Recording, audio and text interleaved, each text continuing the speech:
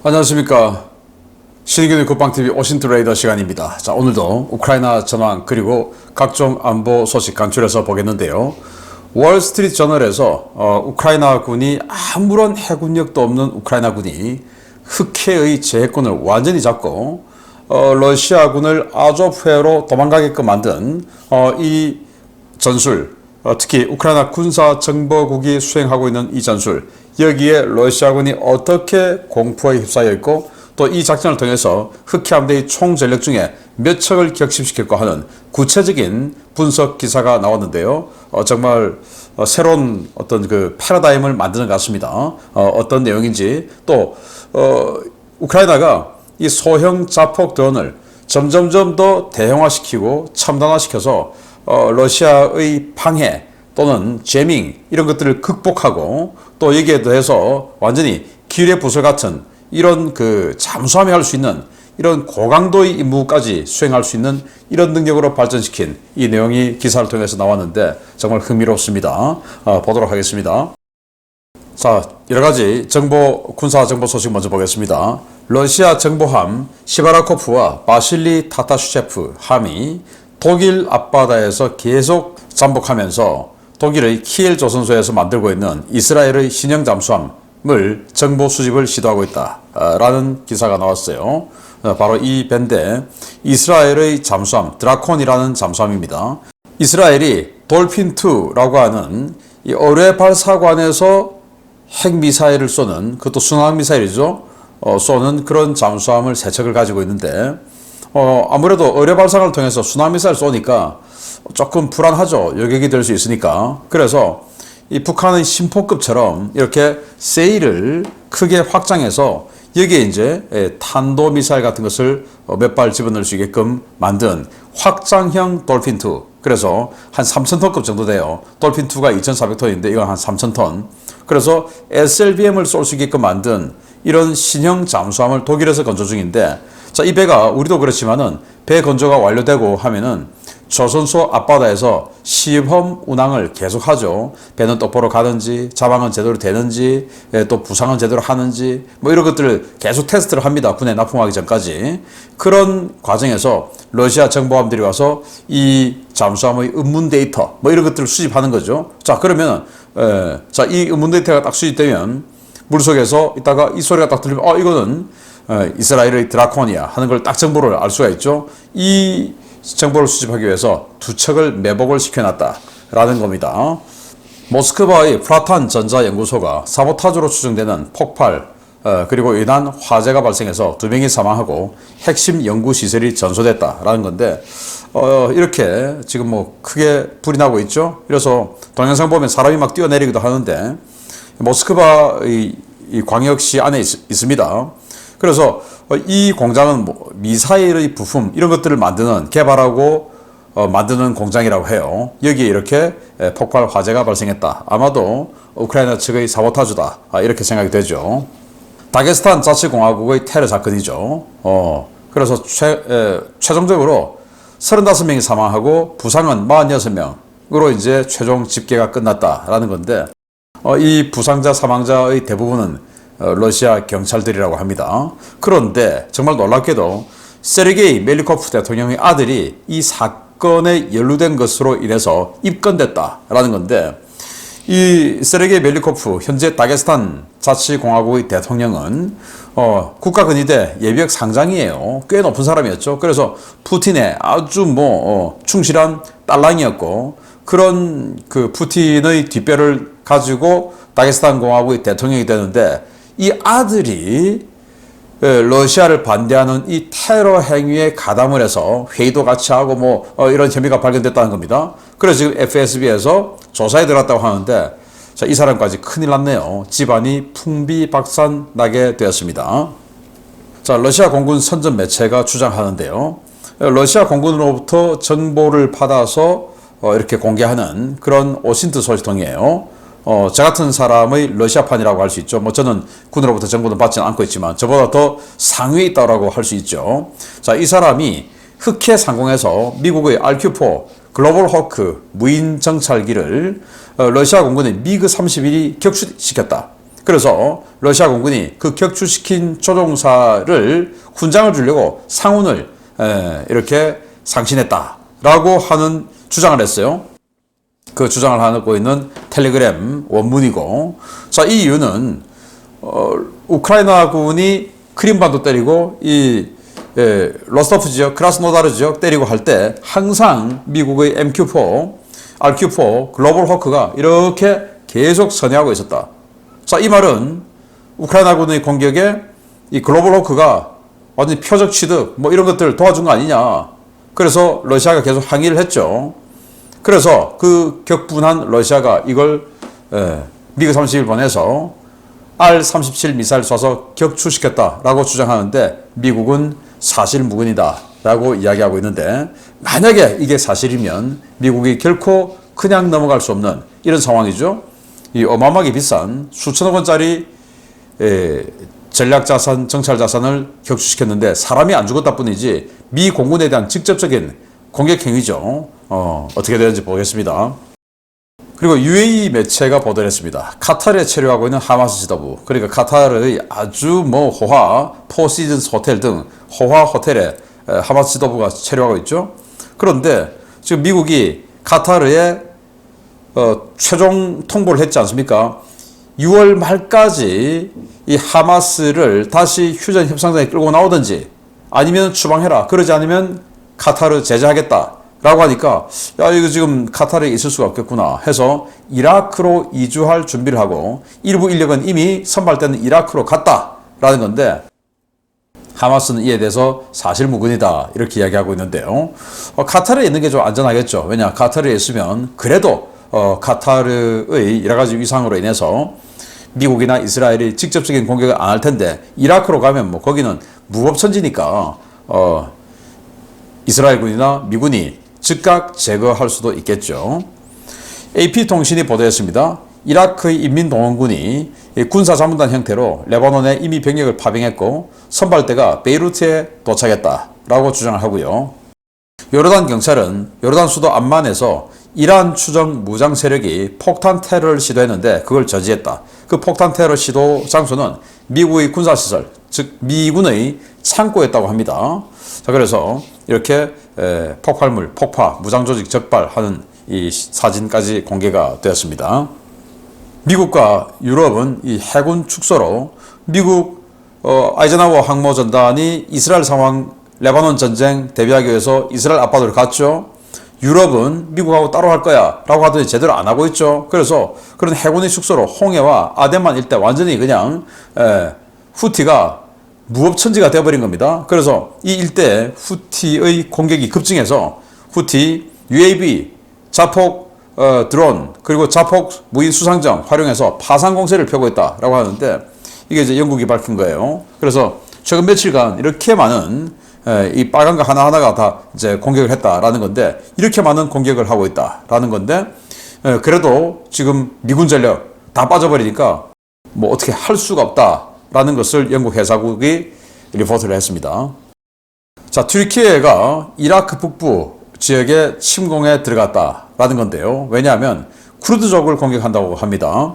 6월 21일 날 국경에서 쿠르드족과 튀르키예 간의 전투가 벌어졌는데, 이때 튀르키예군 4명이 전사를 했다고 해요. 그게 명분이 되어서 그걸 빌미로 튀르키예가 지상군을 국경에 직결시켰고, 이미 선발대가 이라크 북부의 아메디 지역으로 들어갔다라고 하네요. 그래서 아마도 이 튀르키예군이 쿠르드족에 대한 강력한 타격을 이 북부 지역에서 하고, 국경 지역에 이 자신들의, 즉 튀르키예 영역이 아니고 이라크 영역에다가 완충 지역을 만들려고 하는 거 아닌가라는 생각이 드는데, 뭐 이라크는 그래도 뭐 군사력이 거의 없으니까 제대로 대응을 못 하고 있는 상황이다. 또 이 쿠르드족이니까 자신들이 또 대응을 안 해주고 있는 상황이다라는 거고요.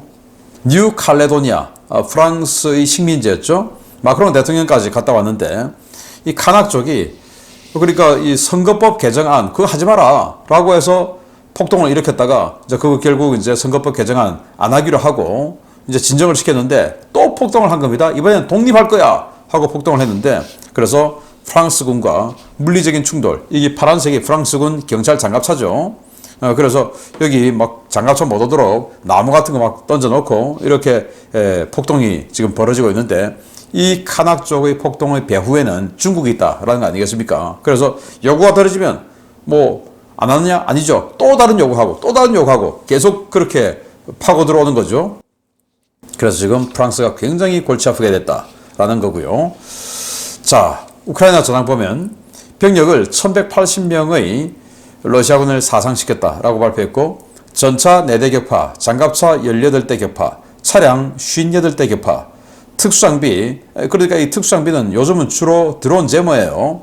이거 6대 격파, 야포 35문 격파, 무인 항공기 31대 격추, 미사일 한 발 요격 등의 전과가 있다라고 밝혔고 우크라이나군 총참모부는 135회의 교전을 했는데 전 전선에서 러시아군의 공세가 증가하고 있다라고 밝혔고 또 우크라이나군은 하르키우 전 전선에서 반격에 들어가서 러시아의 교두보를 파괴하고 있다라고 밝혔어요. 그래서 지금 여기가 립시 전선, 여기가 볼첸스크 아니겠습니까? 이 아래 하르키우가 있는데 러시아군이 이만큼 파고 들어왔는데 지금 여기 노란색이 보입니다. 여기 저기 노란색. 이 노란색만큼 우크라이나가 지금 탈환한 지역이 저 노란색 부분이라고 해요. 그만큼 지금 약간 이제 공세가 우크라이나에게 넘어왔다라는 것이 하르키우 전선의 특징이고 자, 합동군 사령관이 경질되었어요.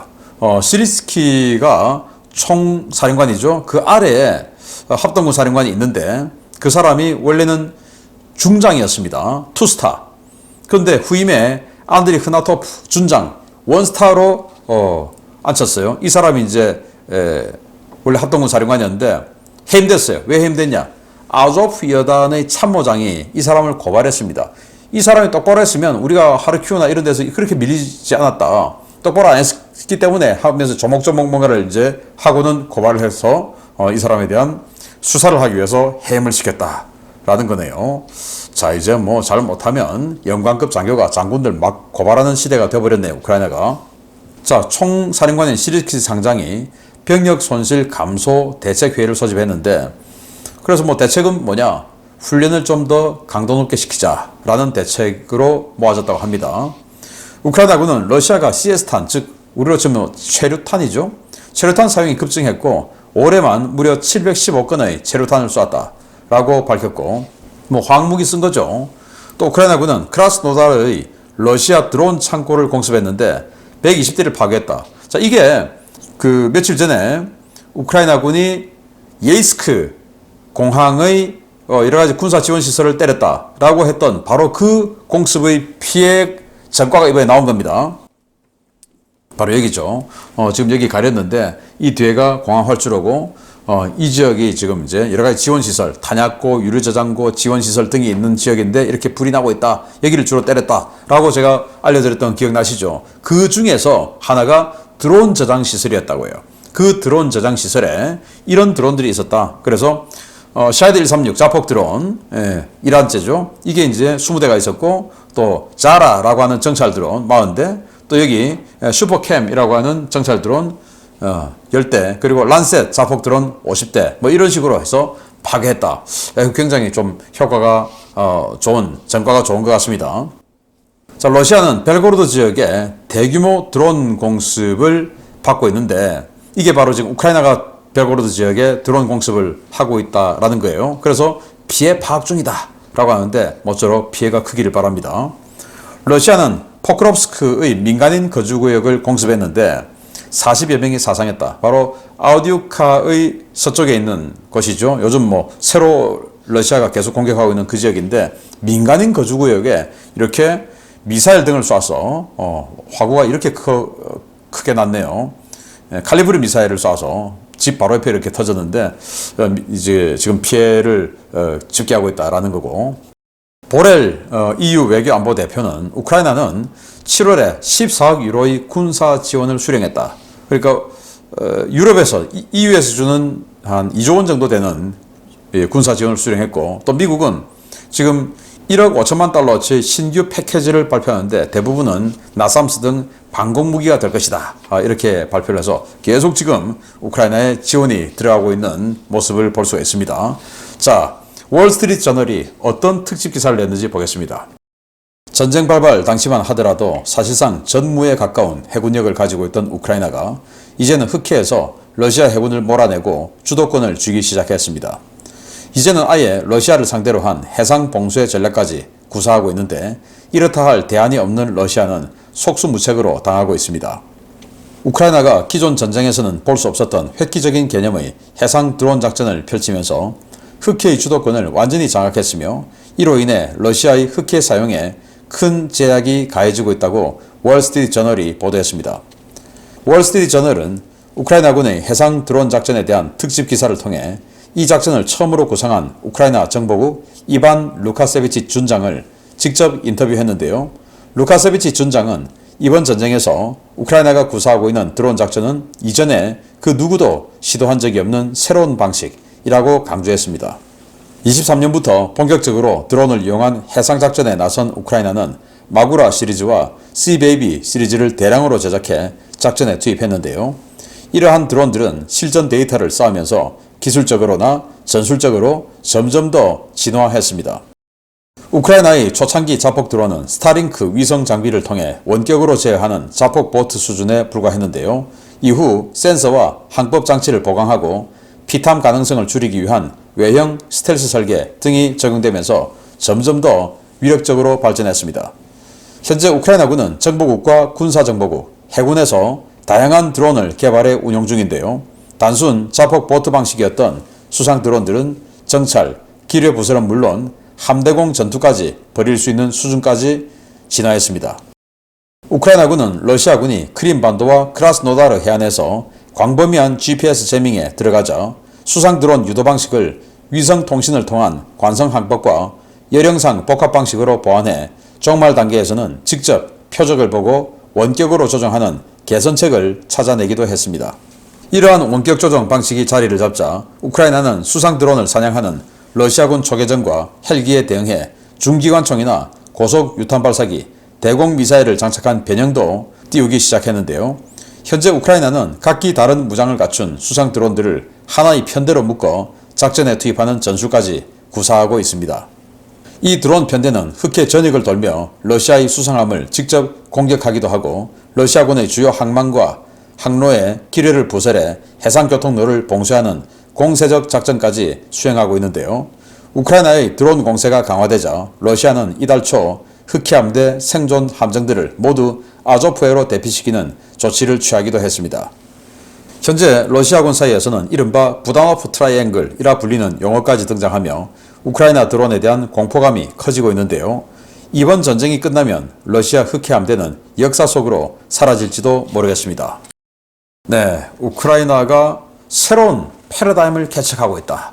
그것도 이제 이 해상 전투에서 정말 새로운 패러다임. 사실 이번 전쟁 전체가 새로운 패러다임입니다. 드론이 또 로봇이 나오고 이 전차가 필요하다는 논쟁이 벌어지고 대전차 무기가 세니까 대전차 무기에 정말 준비가 안 돼 있던 우크라이나군이 전쟁 초기에 굉장히 맹활약했죠. 그리고 그때 바이락타르 TB2라고 하는 지금으로 보면 꽤 큰 드론인데 그게 이제 공습을 하고 해서 또 전과를 올리고 야 드론이 필요하네. 그러다가 이제 완전히 소형 드론으로 자폭하고 폭격하고 그런데 수상에서도 처음에 우크라이나군은 자기네들이 가지고 있는 군함을 차침시키는 그런 수준까지 왜 있어봐야 한 줌밖에 안 되는데 러시아군 흑해 함대에 노획되어서 러시아군 용도로 사용되어 버릴 것이기 때문에 아예 자침시키는 게 낫죠.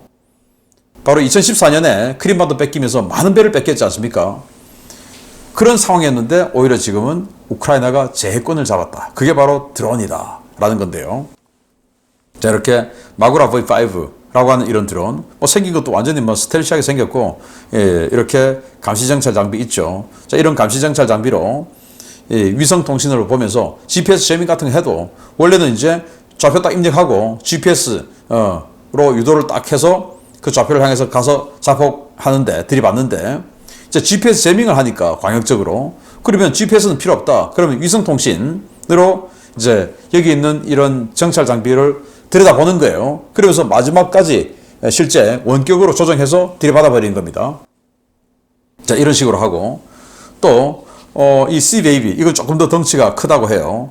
여기에 자폭식으로 하지만 여기 뒤에 로켓도 지금 장착되어 있습니다. 뒤에 로켓도 장착해서 로켓도 쏘고 또 이렇게 아처 원래는 이게 공대공 미사일이죠. 이걸 함대공으로 달아서 자 헬기가 와 헬기 그냥 격추시켜버리고 그래서 이런 것들을 함대공 버전 또는 대함 타격 버전 뭐 우리 K4 고속 유탄 발사기 같은 거 장착해서 쏘고 그리고는 이제 또 자폭해서 들어가는 이런 버전에서 편대를 꾸려가지고 방공함, 방공정이죠. 방공정 무슨 뭐 대함 공격정 그리고 대함 타격 이제 들이받는 자폭정 뭐 이런 식으로도 운영하고 그리고 또 이제 이 여기다 기뢰를 장착해가서 기뢰를 부설하는 이런 임무까지도 준다라는 겁니다.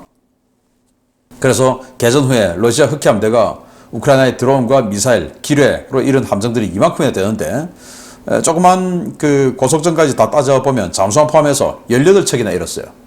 특히 여기에 이 상륙함들 9척 있는데 그 중에서 7척이 파괴됐어요. 이 상륙함이 아조프해를 왔다 갔다 하면서 보급해주는 큰 역할을 했는데 이거 지금 다 나가버린 거죠.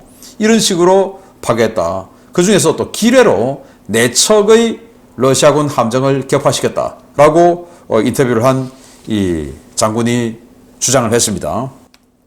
자, 그래서 우크라이나는 이런 식으로 흑해함대의 사령부인 세바스토폴 앞, 뭐 이런 식으로 이제 또 케르시 대교 이 해협 앞, 그리고 노보로시스크 이쪽으로 흑해함대가 다 도망갔을 때 노보로시스크 앞 이런 데 기뢰를 부수하는 거죠. 그러니까 여기 도저히 안 되니까 이제 아조프해로 다 도망갔다. 여기는 기뢰 부설하러 못 오니까 케르치 해협 밑을 이제 막아놨으니까 그래서 도망갔다라는 거예요. 그래서 러시아군이 우크라이나의 이 자폭 드론이 너무 무서워서 이 자폭 드론을 공격하는 명령을 내리는 게 키릴로 부다노프 군사정보국장이고 그 군사정보국에서 이 작전을 주로 하죠. 그래서 이런 식으로 한답니다.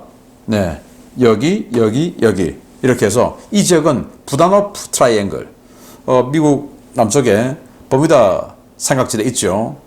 버뮤다 트라이앵글처럼 부다노프 트라이앵글 이 지역에 들어가면 죽는다 라고 할 정도로 공포에 시달리고 있는 러시아군이다 라는 특집 기사가 월스트리트 저널을 통해서 보도가 되었습니다.